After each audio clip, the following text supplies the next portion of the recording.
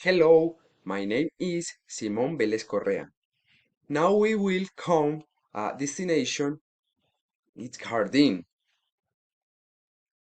Okay, Jardin, located in Antioquia, is known for its colonial architecture and natural beauty.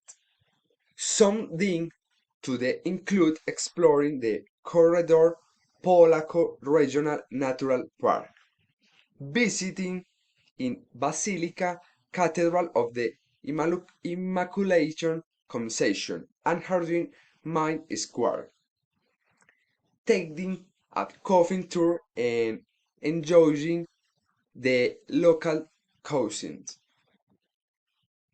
Travel tips include breathing, comfortable clothes, and respecting local cultural and tradition. Superstition. In Hardin include dropping kitchen utensils, making unexpected visitors, and picking up stone from the ground after saints rain bring good luck.